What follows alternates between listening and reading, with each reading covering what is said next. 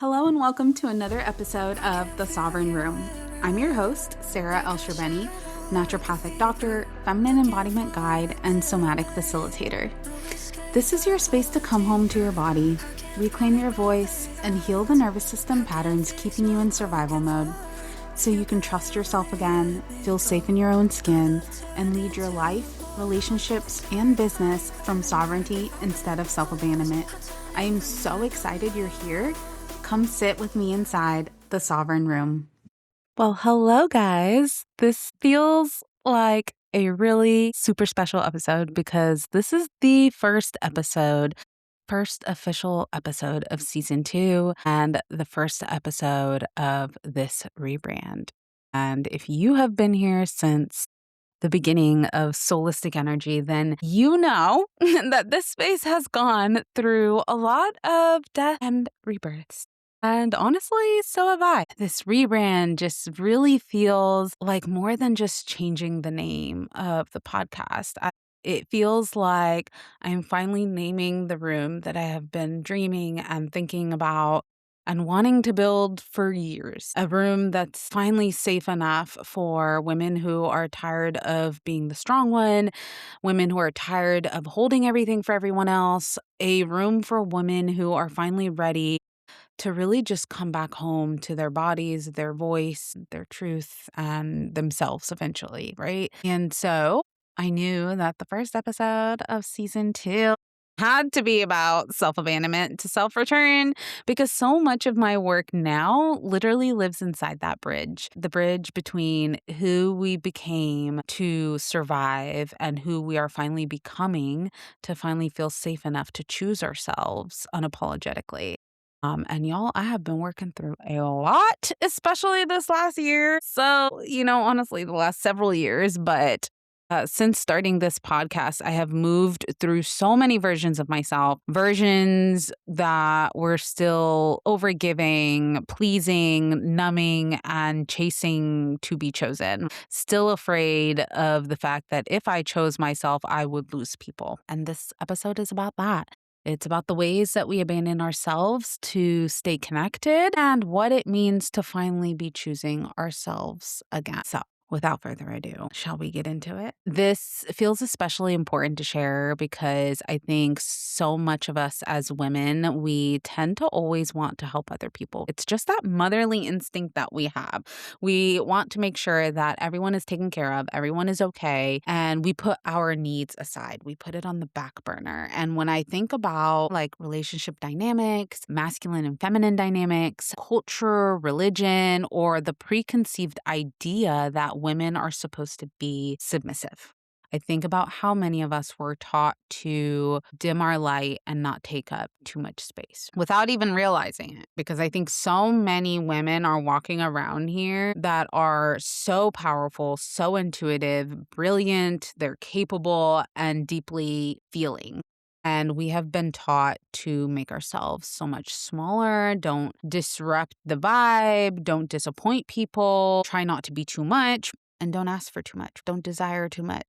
And this episode is about that, right? It's about the ways that we learn to leave ourselves, to abandon our body, and the slow process of coming back to that, coming back to our body and reclaiming what I call our feminine sovereignty. But obviously, before, I always felt very different from that. I didn't feel like everyone else. I knew I was different. I always felt like an outsider. And because of that, I was bullied.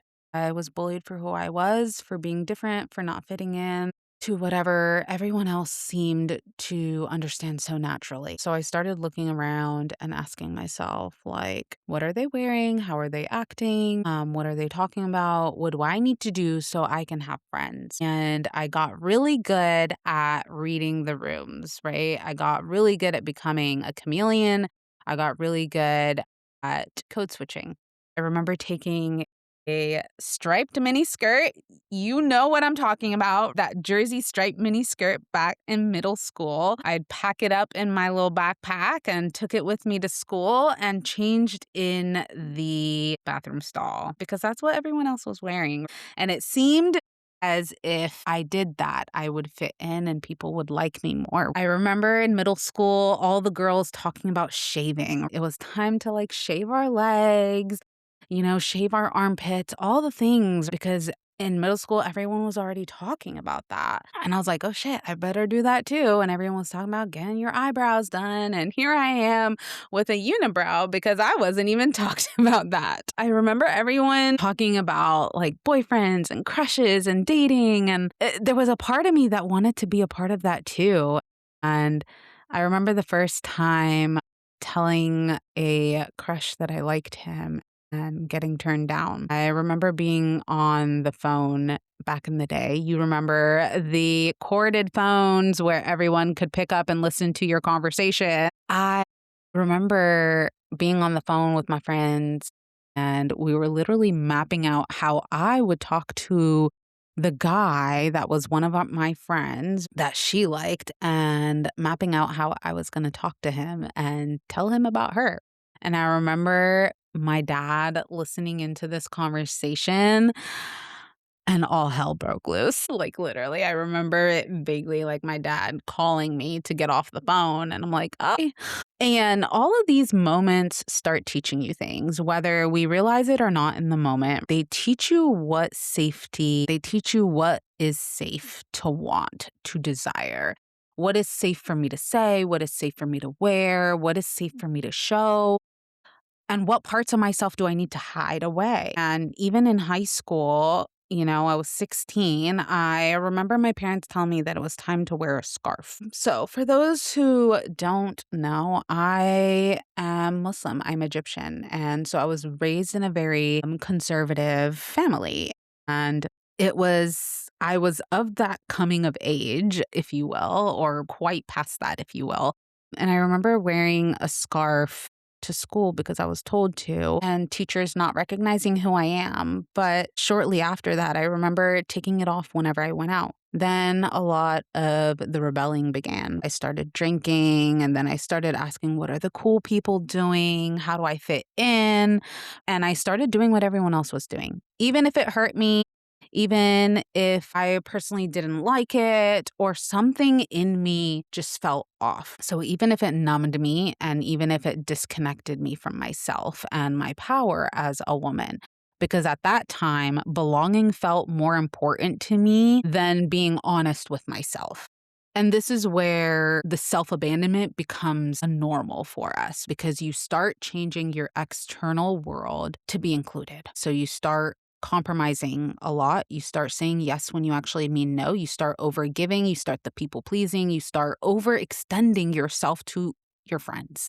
And then you start adding so much more to your plate. You pile it high until it's super full. And you start doing the things because you don't want to upset people. You don't want them to get mad, or you don't want them to think that you're not good enough.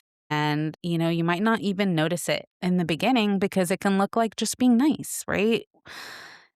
We being primed to be nice, be helpful, be respectful. And it can look like you're being helpful, and it can look like you're being a good daughter, a good friend, a good partner, a good woman. But over time, you realize that you've been putting yourself aside and putting everyone else first. And when we abandon ourselves for so much of our lives, for people, for places, relationships, family, culture, religion, or approval, we forget who we are outside of any of that. We become really good at becoming chameleons. We become really good at code switching, at reading the rooms, and trying not to disrupt anything, constantly walking on eggshells. And when we do that for so long, you don't know who you are anymore. You don't know what makes you happy. You don't know what you actually want. You only know how to keep everybody else around you comfortable. And I think a lot of women like myself, because I'm getting emotional thinking about that, because for so much of my life, I don't know what made me happy. I don't know what I liked. I didn't know because so much of my life I took care of everyone else, also being the eldest daughter. And a lot of women know this crossroad because the moment where it feels like you either choose your family or you get disowned. You either choose yourself or you lose someone. You either tell the truth or you risk losing the thing that supports you. So what do we do? Because we don't want to lose the person, the place, the relationship, the family, the approval, or the thing that makes us feel held. We abandon ourselves instead. It's safer for me to abandon myself instead because we think that losing ourselves is less painful than losing them. But one day you finally realize that I kept the relationship, but I lost myself. I kept the peace, but I lost my voice. I kept the approval, but I lost my own truth. And I kept everyone else around me comfortable, but I lost the most important relationship that I had with myself. And for me, that moment changed everything. The moment that changed everything was realizing that I couldn't hold it anymore. Got to a point in my life where I just broke. I overdosed, and that changed my entire life. And 10 years later, here we are. But at that time, I was in so much pain that I could not explain to people. I felt so alone. I didn't want to live anymore. And that moment changed the entire trajectory of my life moving forward because I realized that I didn't actually want to die. I wanted the loneliness to stop. I wanted the constant self abandonment to stop. I wanted to stop living as this version of myself that people wanted, that was just trying to survive, to fit in and be accepted. And when you're on the verge of losing everything, something changes, something gets really clear. And after that, right, I finally decided it was time to put the blinders on. I really focused on what I wanted to do. I wanted to make something for myself. I wanted a future. I wanted to build something. And I wanted to become someone that I could be proud of. 50, 60, 70 years down the line, I wanted to look back at that younger version of myself. And I wanted her to be proud. I wanted her to see that, look, we did it. We fucking made it. So I had to shift my circle, focused on my close friends who were actually there for me. Over the years, I stopped caring so much about people who were not showing up for me, who were not meeting up with me at that bar, right? Years later, I focused on what I wanted for my future. I began my own personal healing journey. I actually found spirituality, or spirituality found me, and I started asking different questions. Who am I if I silenced everyone else's noise? If nobody else in the world mattered, who am I? What do I want? Who is here because they genuinely love me? And who is here because I'm just useful? And now I do not waste my time or breath on people who do not reciprocate that, even with family. And that's a hard one to say because I've been navigating that for a very, very long time and still actively in that. But even with family, if you don't call me, I won't always be the one calling you. If you don't show up for me, I'm not going to keep overextending myself to keep the connection alive alone. I spent so much of my life being the olive tree for people, and I refuse and won't do that anymore. Because when you spend your entire life helping everyone else and now your branches are broken, who's going to come help you? Who's going to come water you? Who's going to come to notice that you're tired? Who's going to come sit with you when you are the one who cannot hold it anymore? I no longer give more than I can. I give what I can to the people who are worth it and the people who are present with me, the people who do not just use up my resources or my energy.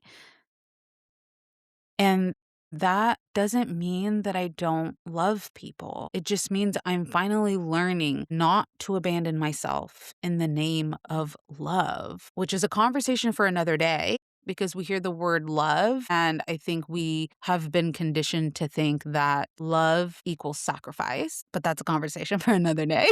But what this has taught me is that life is precious. As cliche as it sounds, YOLO, life is precious. And at the end of the day, you go to bed with yourself. It's you, yourself, and I. Even if you have people in your life, even if you have a partner, even if you have family, you have you. And if you don't have yourself, you don't have anything at all. So creating a strong foundation and relationship with yourself is one of the most important things that you will ever do. Because when you have that foundation, you're less likely to bend yourself over backwards for people. You You are less likely to say yes and agree to things that don't feel right in your body. You're less likely to crack under pressure. You are less likely to abandon your values just to keep someone else comfortable. You are less likely to burn yourself while keeping others warm because you become so rock fucking solid in who you are, in your values, and what you want, and what you deserve. And you understand that you deserve to be respected as so maybe you see yourself in this as well. Maybe you notice the constant pleasing of other people, and maybe you don't notice it in the beginning because it becomes second nature and it feels normal to say yes. You say yes because you don't want to upset people. You say yes even when you're not like 100% on it. So you overgive, you overextend for your friends and family. You add more and more and more to your plate. You change your external world to be accepted, and you start compromising for people because you want to be included and you don't want to be left out. Or maybe it just shows up in the way you wait. You want to travel, but you don't want to go because you're waiting for someone else to go with you. You want to hike, but you don't go because you're waiting for someone else to invite you.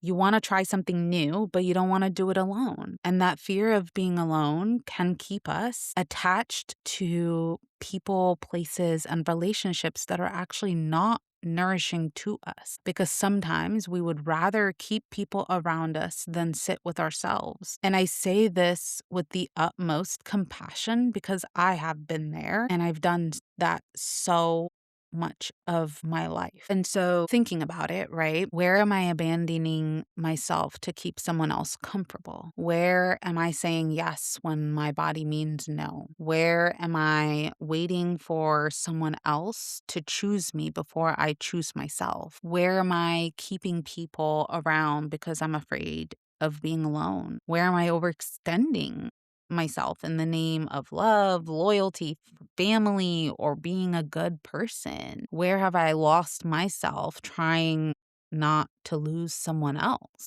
I invite you all to sit with those questions, even journal on them. I love journaling, and I think setting aside 5 to 10 minutes to sit with some of these questions, maybe one of those questions kind of hit you a little bit more than others, and you felt like a little tickle with certain questions, then I invite you to take them, sit with them, and journal on it. Or what we're going to do now is we're going to transition into a little somatic practice that I really love doing. And it's a very short somatic meditation because conversations like these can bring up a lot for us. They can bring up a lot of memories, people, old versions of you, or moments where you finally realize like, oh girl, I have been doing that actually. And I don't want to just leave this in the mind, right? Because we are really good at ruminating on this. You know, you ever have that experience where you like say something to someone and in the moment you don't really think about it, but then hours later once you're home you're just like, oh,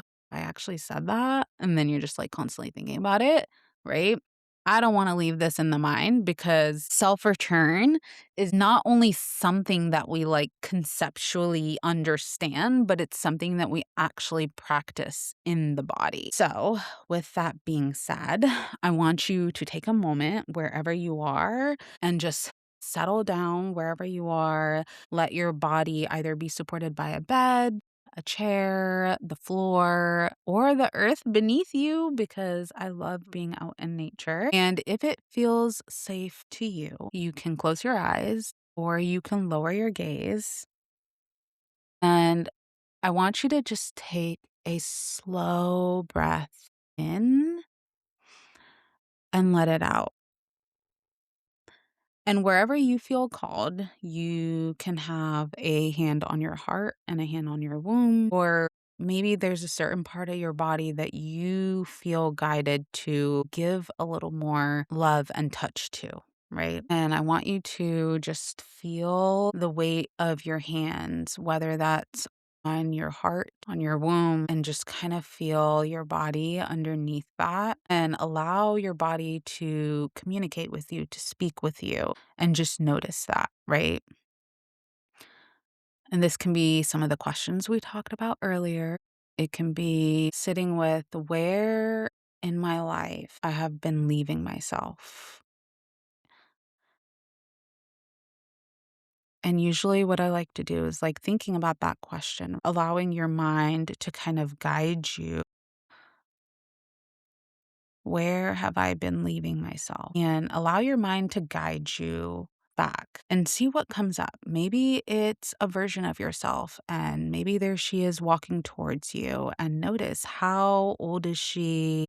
Is she playing? What does she look like? What is her demeanor? What's her energy? Maybe she has a message for you. Just sit with her for a little bit. And you don't need to force an answer or force it. I just want you to notice what comes up for you. Maybe it's a person, a particular place. Maybe it's a pattern that you notice. Maybe it's a particular specific memory that comes up where you said yes when you should have said no, or could be anything at all. And once you've kind of gotten to that space, maybe you have a memory, or maybe you're sitting with a younger version of yourself right now and you're having a conversation with her, or maybe you're just sitting and gazing into her eyes as well, and just kind of being in each other's energy. I want you to take a big deep breath in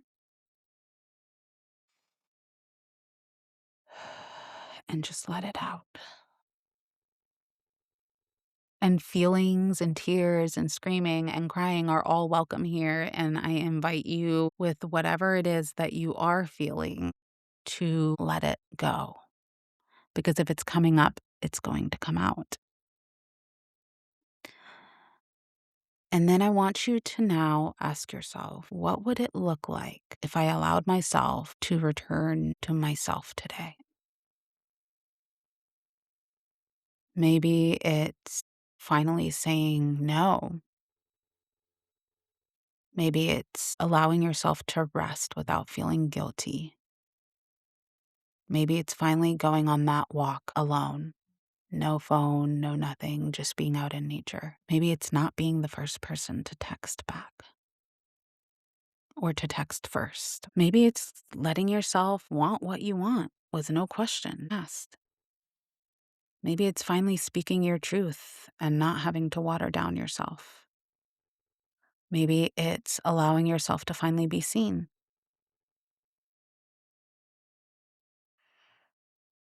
Take another big, deep breath into that.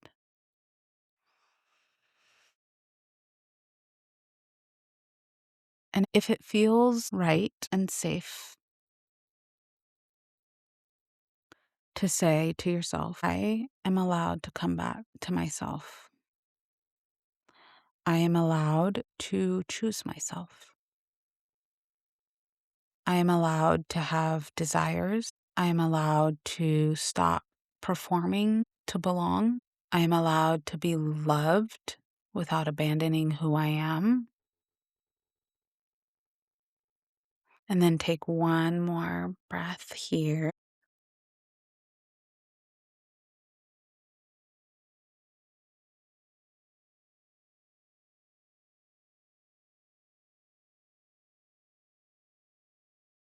Just let it go. Let it all go. And when you're ready, you can start by wiggling your toes, stretching your hands, stretching your body. And then you can start to open your eyes. And I want you to notice one color,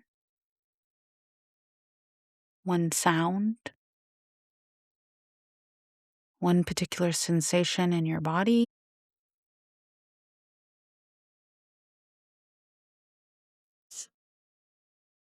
and then come back. Come back to your body.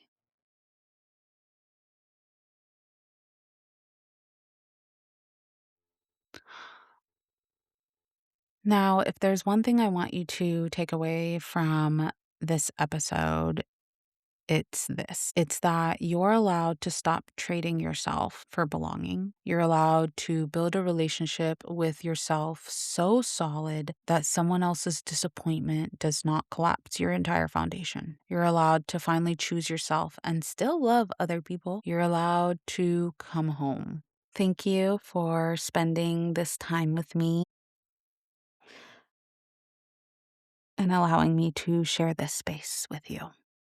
Thank you for tuning into another episode of The Sovereign Room.